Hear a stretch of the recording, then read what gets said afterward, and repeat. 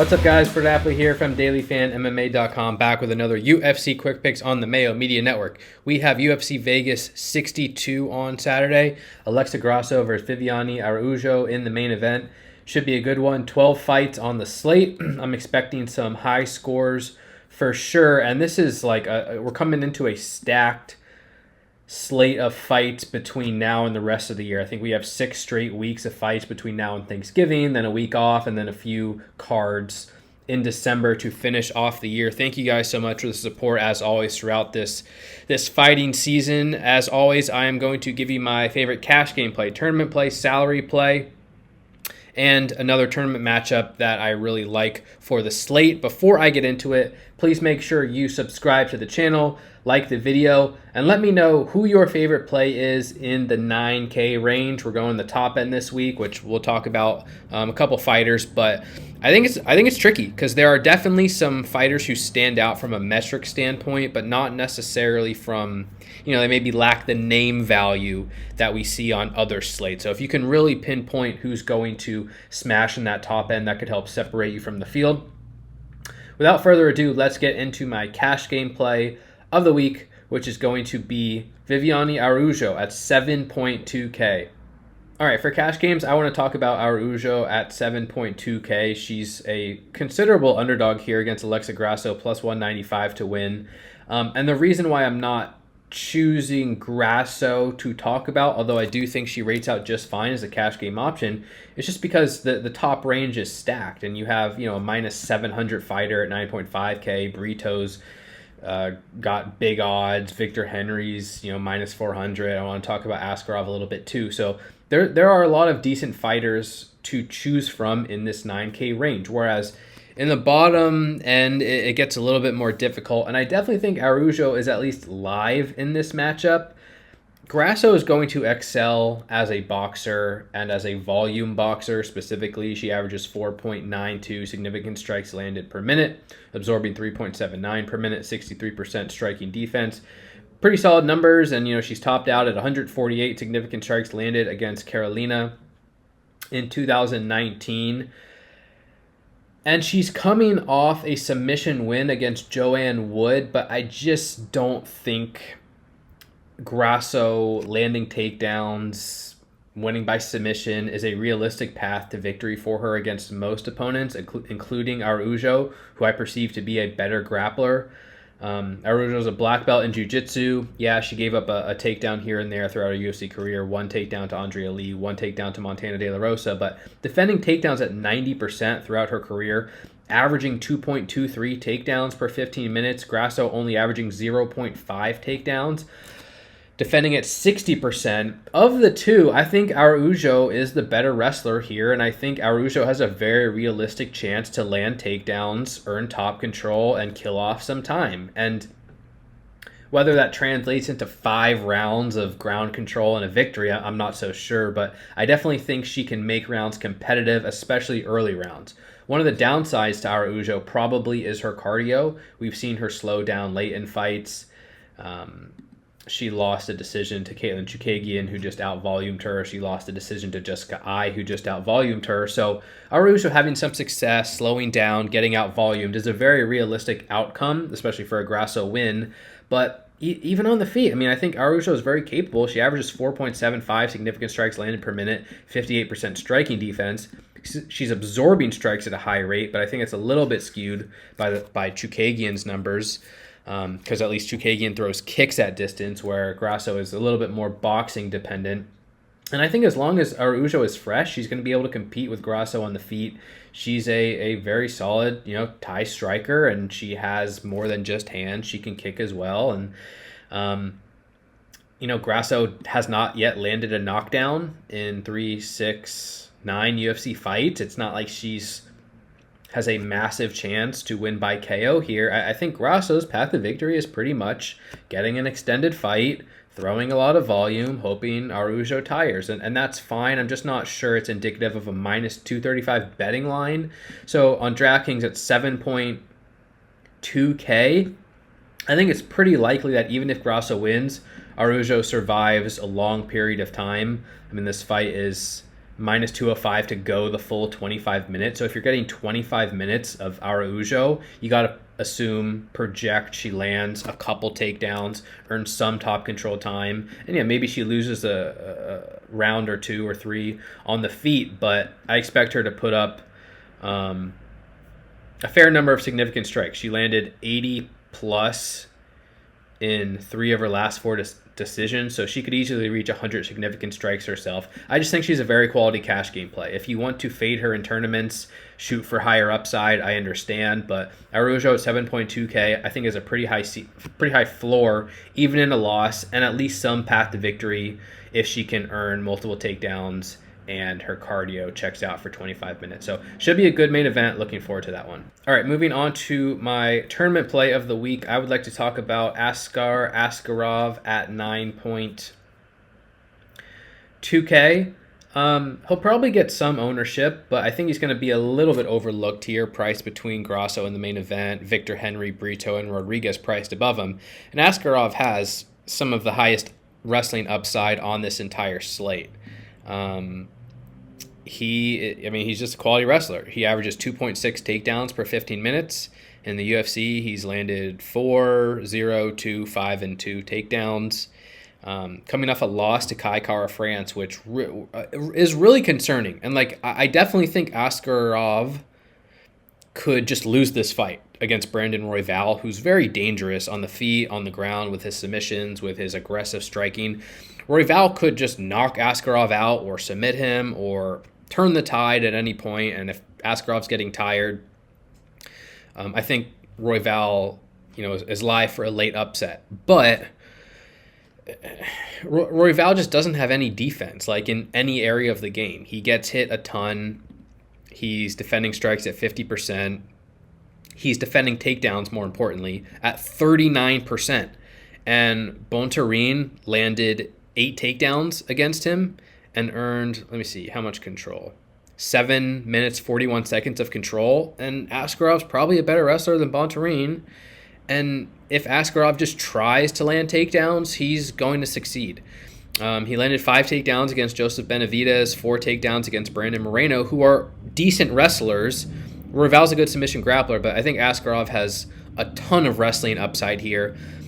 He may still miss the optimal lineup if Henry goes out there and wins by first round KO, and Brito wins by first round rear naked choke, and Rodriguez wins by first round KO. Yeah, then I'm not as confident in Askarov, but grappling just scores so well that I think Askarov has a pretty high floor and ceiling in a win here. Royval likes to push the pace. Askarov is a pretty heavy favorite, minus 255, so odds makers, and the public think that he's likely to win. Plus 210 inside the distance. We've already seen Royval TKO'd and submitted in the UFC, so a finish is far from impossible, I would say, with Askarov as well.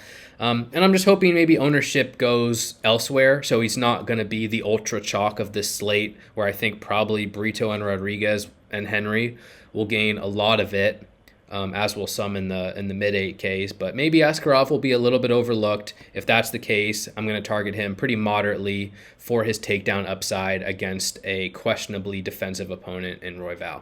All right, moving on to my salary play of the week. I'm going to the mid-range here to talk about my guy Nick Maximov, again at 8.3K, coming off his first career loss to Andre Petrosky, just a first-minute submission.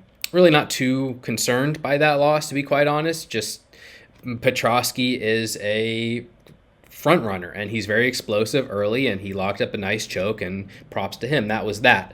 But I still think Nick has the technical wrestling ability, the physicality, the submission grappling. He's improving as a striker, shown good cardio. He has all the tools to kind of dominate and control fights over 15 minutes. And just go back one fight prior to that, 11 takedowns against Puna Soriano.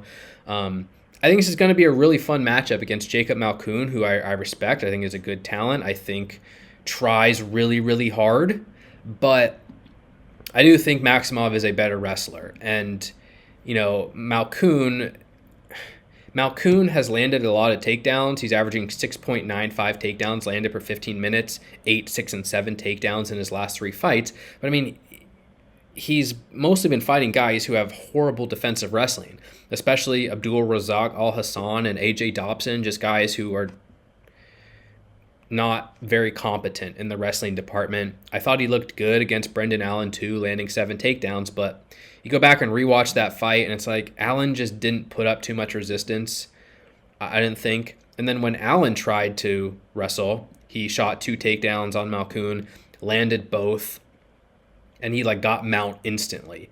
So I just think Maximov is capable of landing takedowns in this spot. I think he's capable of earning control, and unlike some of his past opponents Puna is bricked up and a super dangerous knockout artist.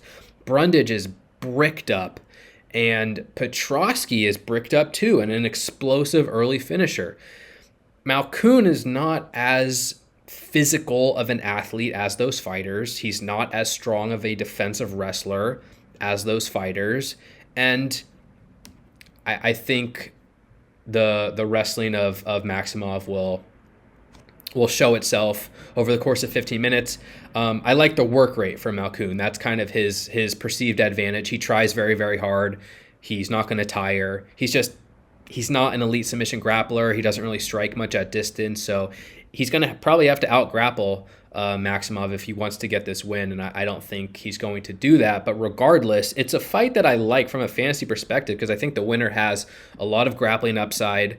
And Maximov, in his 2 wins in the UFC, has put up 96 and 124 points, and they've come in decision. So it's not like he even needs a finish to score well.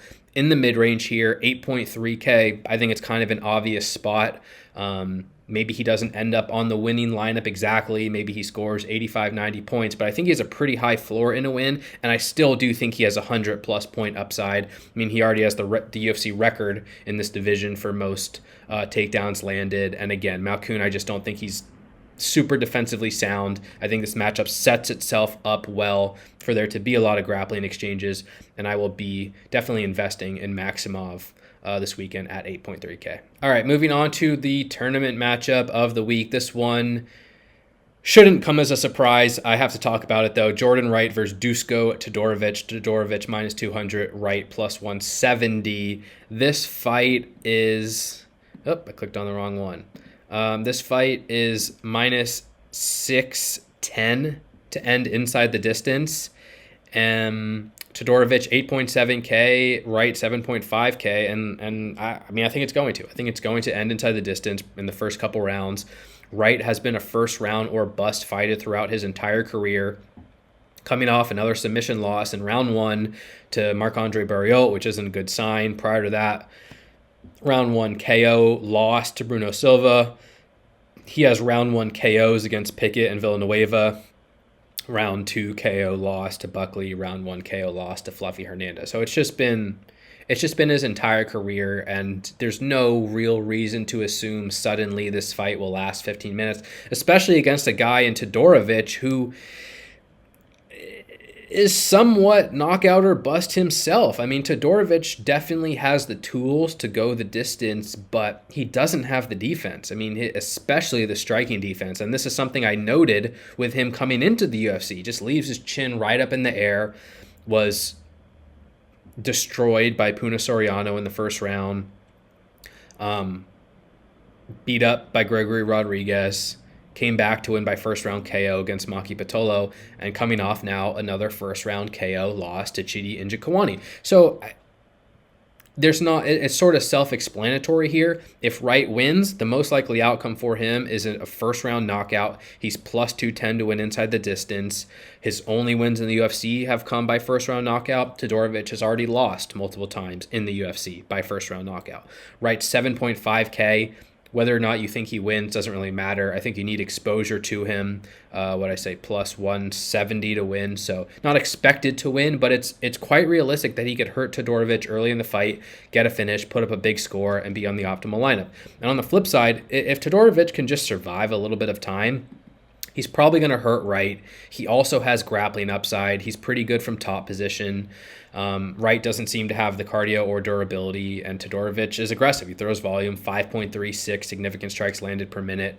I think There's a little bit more risk with Todorovic at 8.7K, but still a fight you want to invest in with that minus 610 ITD line. Todorovic is minus 135 inside that distance. A very good mark at 8.7K. I love this one. This one's going to be probably 2 minutes of action and then a finish. So definitely make sure you get an investment on that fight. All right, guys, that's going to do it for this week's UFC Quick Picks. Thank you for the support. As always, you can follow me on Twitter, Appley, _T_P. Again, make sure you subscribe to the channel, like the video. Let me know who your favorite fighter is in the 9K range. And yeah, best of luck this week in your contest, guys. Stay safe. Take care. Talk to you soon.